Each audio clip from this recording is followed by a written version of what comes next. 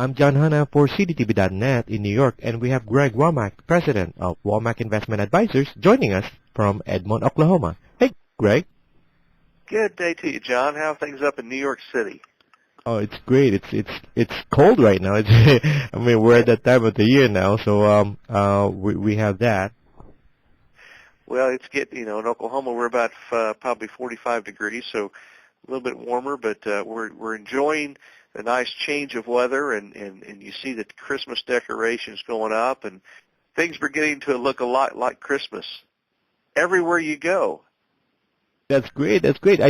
Speaking of Christmas, I was at the tree lighting ceremony for Little Italy's 10th annual Christmas in Little Italy holiday celebration at the Most Precious Blood Church at Mulberry Street, and it was great because there are people outside for the tree lighting event, and we actually had some special guests, which is the New York State Senator-elect Tony Avala and New York City Councilwoman Margaret Chin, who represents Little Italy and Chinatown. It's pretty good. We had some great singers and entertainers at that event. It was an amazing feat. And that was actually my first tree lighting event in New York City. Would you believe that? That's great. Well, I tell you, I love, of course, Little Italy and Chinatown both. And, of course, every time I think of those places, I get hungry. It's just awesome food. We were there this last May and went to Little Italy and ate some delicious food. It's just hard to beat. So awesome. Great. Glad you had a good lighting ceremony. Yeah, thanks. I really appreciate it. And, like I said, I had a great time about it. Now, Greg, let's talk about the what's happening right now with investors, especially with your clients at the December timeframe. I mean, we're talking about Christmas now, so that means we're at the year end now. What's happening with your clients? Well, John, there are a lot of different things you can do, and people are doing before year end. And because once December 31st hits, it's pretty much over with tax planning, for looking for ways to reduce taxes for 2010. All but, some IRA contributions that you can make up and through April 15th. Everything pretty much else is cut off. For some planning, if you're going to be doing some enough time, you've got a couple of 2 or 3 weeks to kind of get everything organized and ready to go. But one of the things we're doing, John, is, of course, taking gains if people have carry forward losses so we can offset those losses that, have from previous years. We're also, you take losses to offset your gains. And so you look at your investments, so you do some gain-loss harvesting and take the appropriate action. And there's some special rules I think we mentioned, in the last session or two that you want to be careful at getting back into those same stocks or, sectors if you've sold for a loss and you're trying to claim it. So year-end tax planning is a great opportunity right now to do that. Look at your investments. Another thing we're doing, John, is the Roth IRA conversion. And that's where the Roth IRA is, unlike the traditional, it's after tax, and the money does grow tax-free. But the big difference with the Roth is when you pull it out at retirement, it's tax-free, as long as you meet the 5-year waiting period, and all your earnings can come out tax-free. And so we think it's a great planning tool down the road to use for diversifying your tax burden during retirement.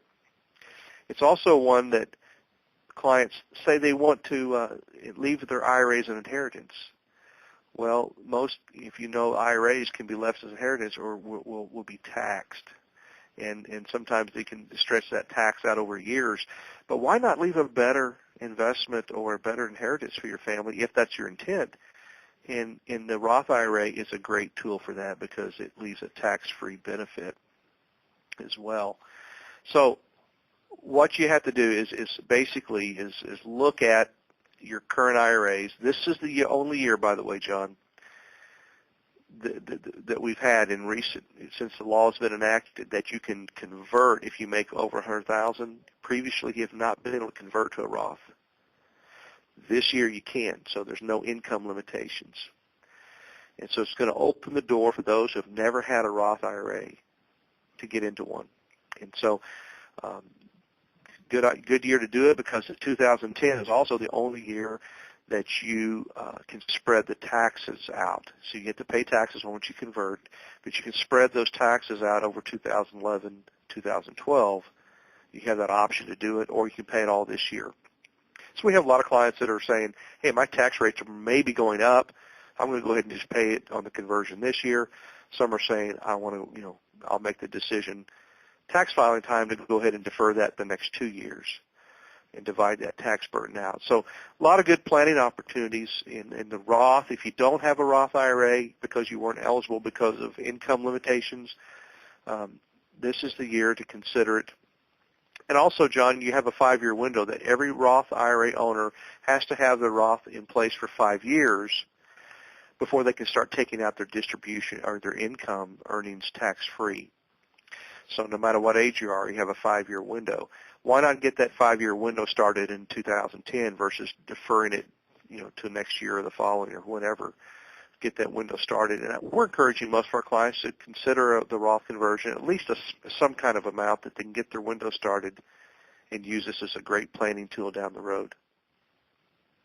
There you go. I mean, those are pretty good investing ideas right now with regards to trying to generate some of your nest egg down the road, right?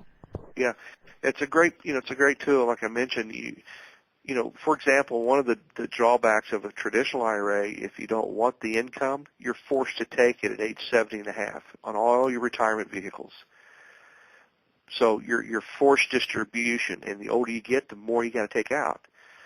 And some clients don't need all that income from their IRA when they hit 70 and a half and older.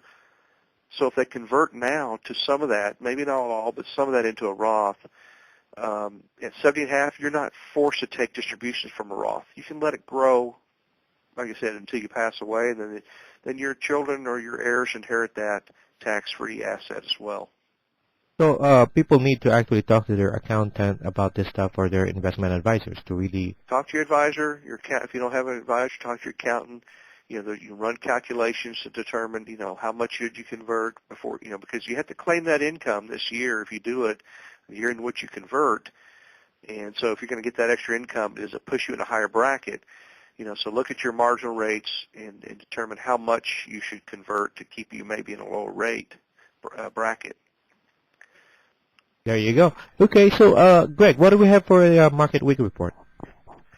Well, I always take a look at kind of what happened last week, John, and domestic equities managed to shrug off the Friday's disappointing unemployment figure, and it buoyed back-to-back triple-digit midweek gains.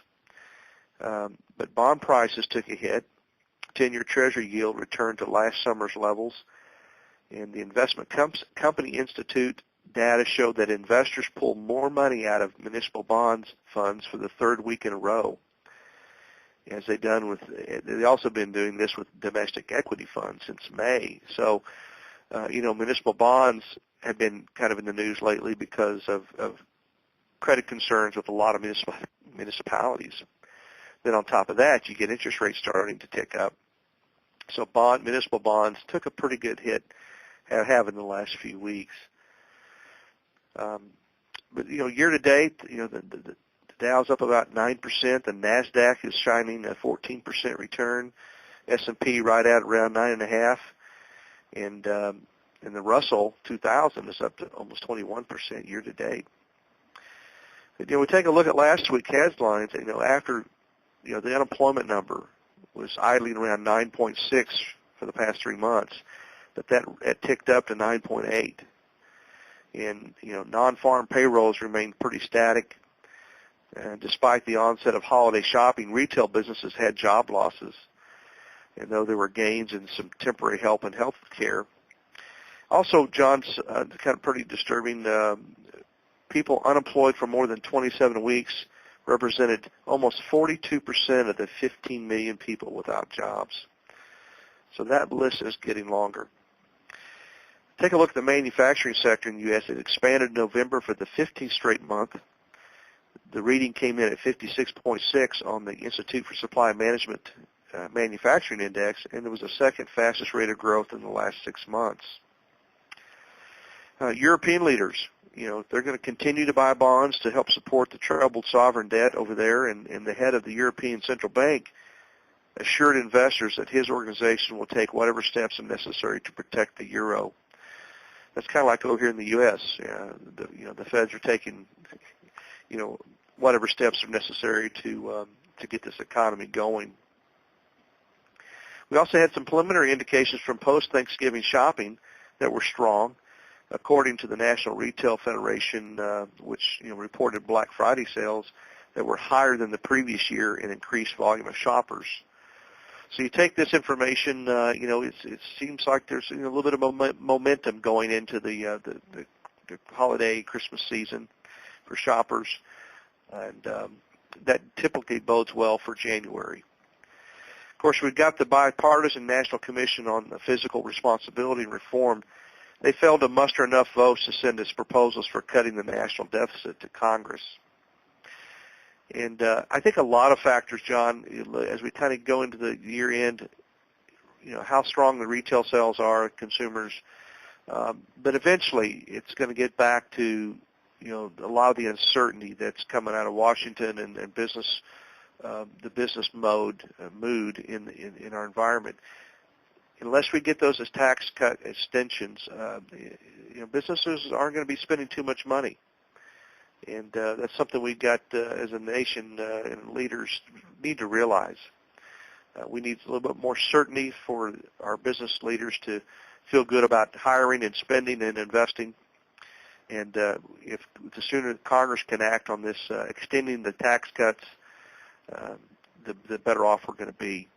I think if we can get anything passed like that, either hopefully before year end, if not, then shortly thereafter, as soon as the new session takes place after the first year, I think we'll be very bullish for at least the short-term markets. As we look ahead, not much going on. A few economic data releases. So eyes will be on Washington, as I mentioned, for any sign of tax cut extensions.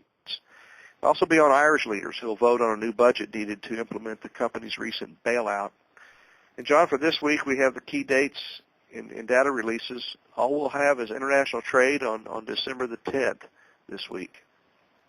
That's Greg Womack, president of Womack Investment Advisors, joining us from Edmond, Oklahoma. And I'm John Hanna for CDTV.net in New York.